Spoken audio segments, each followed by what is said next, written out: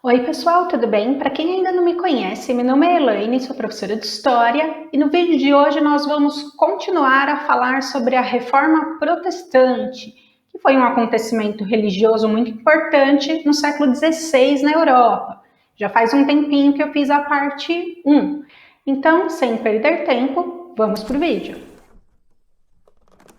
Antes de falarmos da Reforma Protestante que teve início na Alemanha, vamos recordar rapidamente as mudanças pelas quais a Europa estava passando na Baixa Idade Média.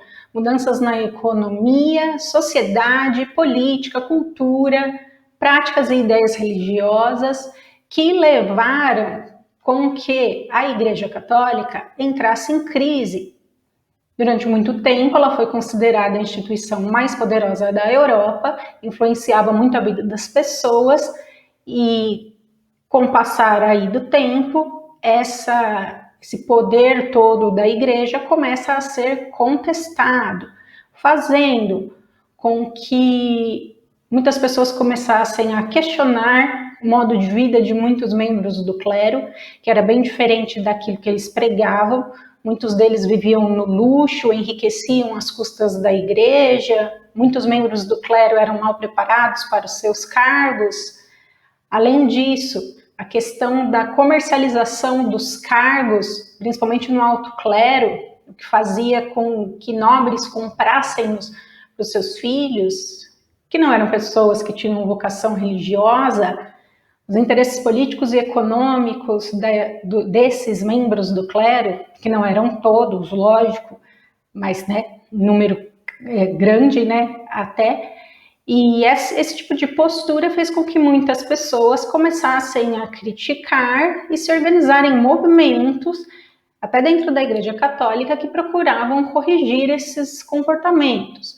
Nós vimos também que no final do século XV, início do século XVI, a Igreja Católica tentou ampliar o seu faturamento, vendendo aí as relíquias religiosas, e que por conta da reforma, da ampliação da Basílica de São Pedro, da construção, melhor dizendo, a Igreja passou a vender indulgências, que era o perdão dos pecados. Então, quem cometia um pecado e temia ir para o inferno quando morresse, podia comprar o perdão de Deus. E no ano de 1517, o Papa Leão X decretou que todas as pessoas que contribuíssem para a construção da Basílica de São Pedro seriam perdoados de todos os seus pecados imediatamente. Isso acabou gerando uma série de problemas, de questionamentos, e o domínio católico na Europa será abalado no final do século XV e início do século XVI. Além disso, os membros do clero começaram a enfrentar problemas com os reis, que tinham centralizado o poder em suas mãos, coisa que eu falei já lá atrás. Aí fica aquela questão de quem manda mais. Muitos reis começaram a entrar em conflito com a igreja, mesmo que eles fossem católicos, porque eles centralizou o poder, queria tê-lo em suas mãos. Muitos membros do clero passaram a propor mudanças na igreja com o objetivo de acabar com essa questão do luxo, dos bens materiais, para valorizar os fiéis dentro da própria igreja. Vimos também a questão dos valores renascentistas, das ideias renascentistas, que tinham um olhar mais crítico aí em relação à realidade, e que em várias pinturas os membros do clero eram retratados em meio a essa fartura, que servia até como uma denúncia. A questão dos problemas da igreja com a burguesia, que lembra que a igreja condenava o comércio, condenava a prática da usura, que é o empréstimo cobrando juros, e que a burguesia tinha se tornado uma classe social extremamente importante, com o renascimento comercial e urbano. Então, não estava, as ideias da burguesia e da Igreja Católica não combinavam. E a questão também da imprensa, que por um lado aumentou o número de cópias dos livros, dentre eles a Bíblia, mas que poucas pessoas sabiam ler latim. então não tinham acesso, né, às suas próprias interpretações. E aí começa um movimento, partindo de pessoas da própria Igreja Católica, e que teve início na Alemanha no século XVI. O país era dividido em vários territórios, mais de 30 territórios. E nem era chamado de Alemanha, era chamado de Sacro Império Romano Germânico. Havia muitas diferenças políticas, econômicas, sociais, né, com 30 territórios, e a igreja tinha bastante influência, né, na região do Sacro Império Romano Germânico. Era uma das maiores proprietárias de terras, né, de todos esses 30 territórios, conseguia atuar aí entre os fiéis, cobrando dízimo, recolhendo esmolas, vendendo relíquias, vendendo indulgências. E o imperador do Sacro Império Romano Germânico tinha seus poderes limitados, porque tinha muita gente no território e as autoridades locais precisavam aplicar as leis, né, as decisões, né, do imperador.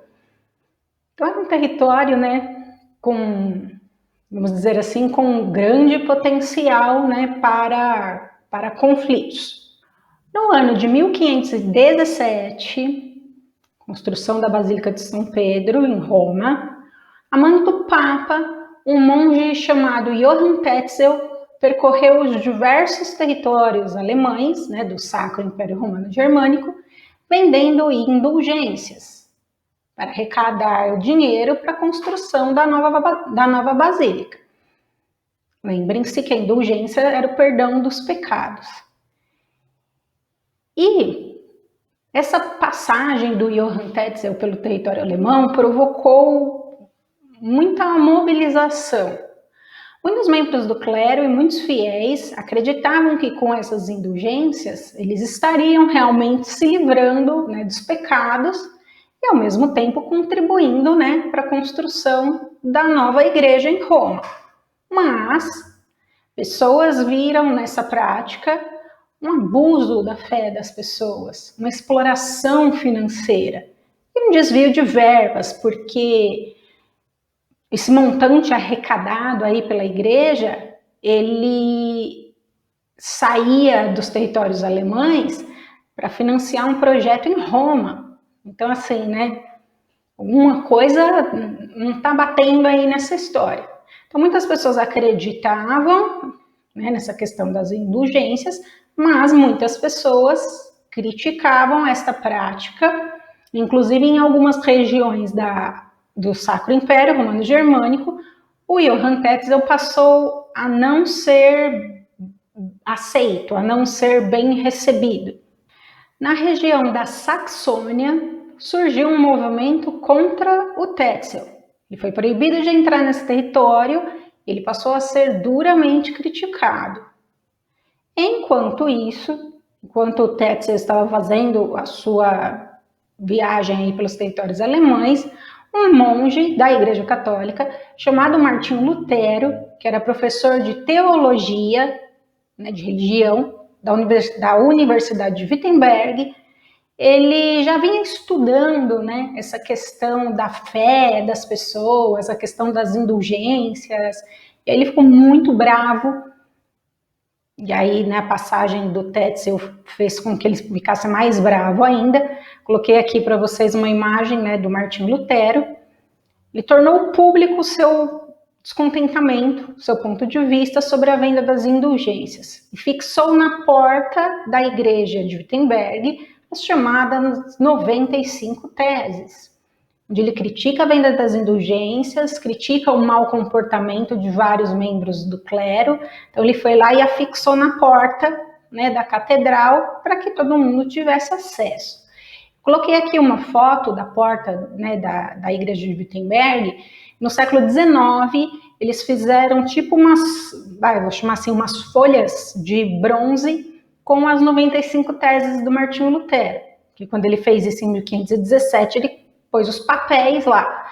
Então aqui nessa parte da porta mais escura aqui tem, né, o texto das 95 teses.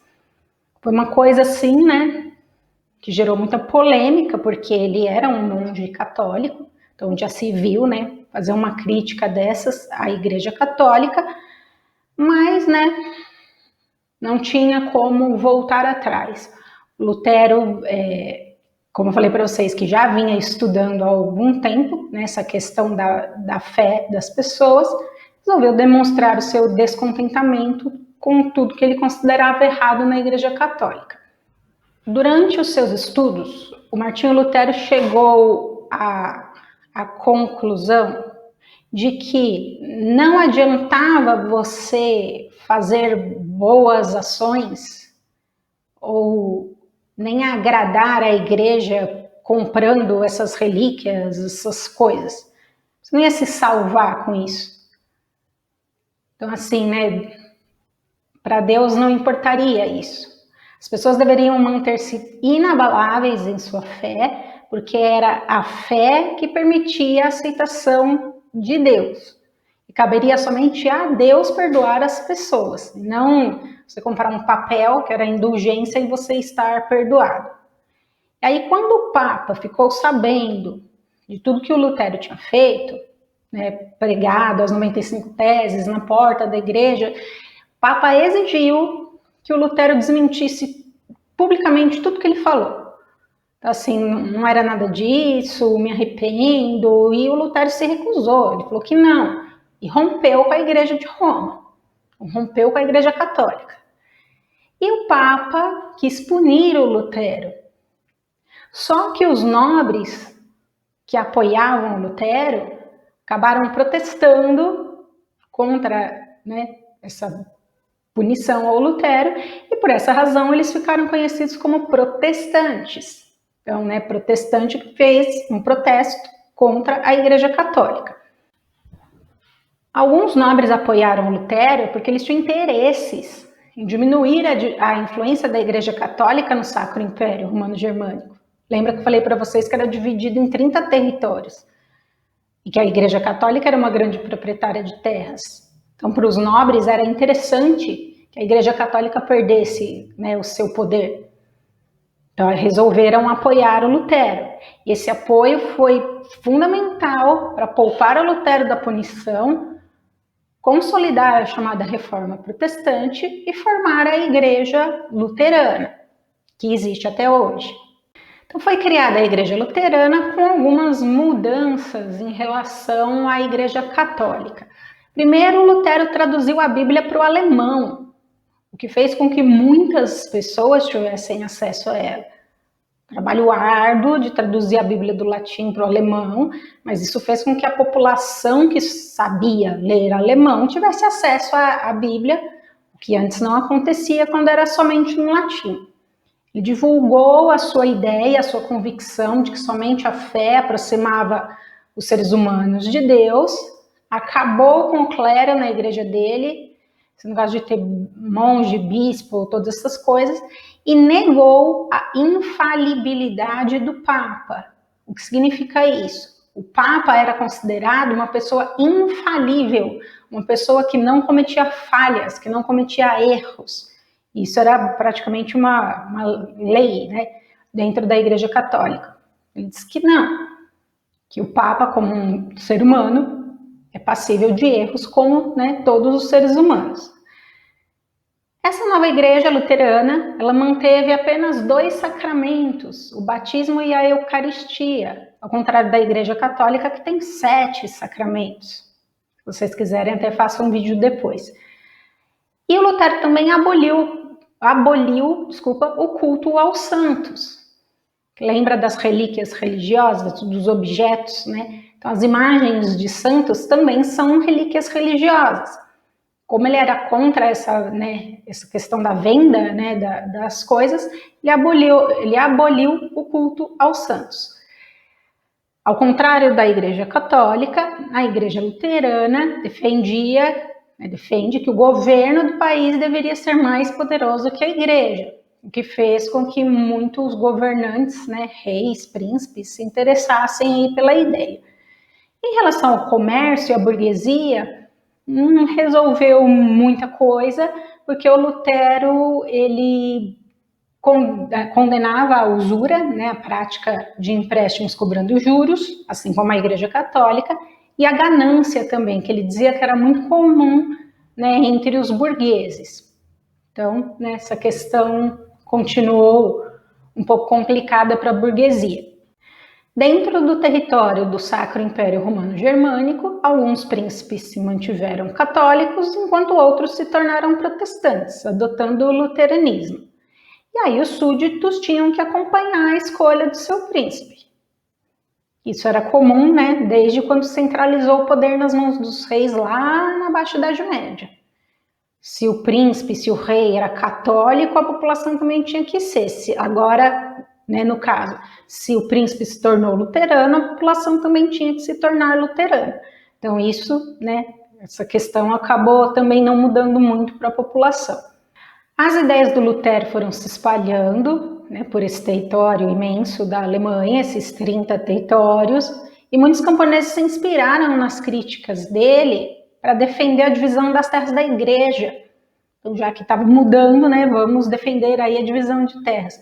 Só que o Lutero não gostava muito dessa questão da luta dos camponeses, não. Ele achava que os camponeses eram muito radicais e desordeiros, então ele, embora muitos camponeses tivessem se tornado luteranos, o Lutero não via, né, o movimento camponês com bons olhos, mesmo porque ele recebeu o apoio da nobreza, né, quando se iniciou aí a Reforma Protestante. E lógico, né, recebeu o apoio da nobreza, não vou apoiar os camponeses, né. Então, os setores da nobreza tinham a intenção de romper com a Igreja Católica, por conta da questão de terras principalmente, e proteger quem fosse contra a Igreja Católica. Por isso que, né, explica essa posição do Lutero em não defender, né, os camponeses. Mas o Lutero dizia que não cabia aos camponeses se revoltar contra o seu príncipe. Isso era uma falta, uma falha muito grave.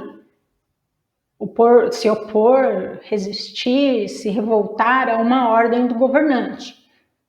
Mas lógico, né, que tem essa questão da nobreza envolvida também. A Igreja Luterana, então, a partir de 1517, começou a se espalhar aí pelo território alemão, né, chegou a outros países também, mas não foi a única igreja que surgiu durante o século XVI na Europa. Ainda vamos falar sobre a igreja calvinista, sobre a igreja anglicana, mas esse assunto fica para o próximo vídeo. Espero que você tenha gostado do vídeo, não tenha ficado com nenhuma dúvida. Caso tenha ficado, deixe aqui um comentário. Não se esqueça também de curtir o vídeo, de compartilhar com seus amigos, se inscrever no canal e ativar o sininho para não perder nenhuma novidade. Vou deixar como tela final a parte 1 do vídeo, caso você ainda não tenha visto ou queira rever porque ficou com alguma dúvida. E vou deixar também na descrição o link da minha loja, onde eu disponibilizo materiais de estudo sobre história que servem tanto para alunos como para professores. Então, muito obrigada a todos que me acompanharam até aqui. Um beijo e eu vejo vocês no próximo vídeo. Tchau, até mais!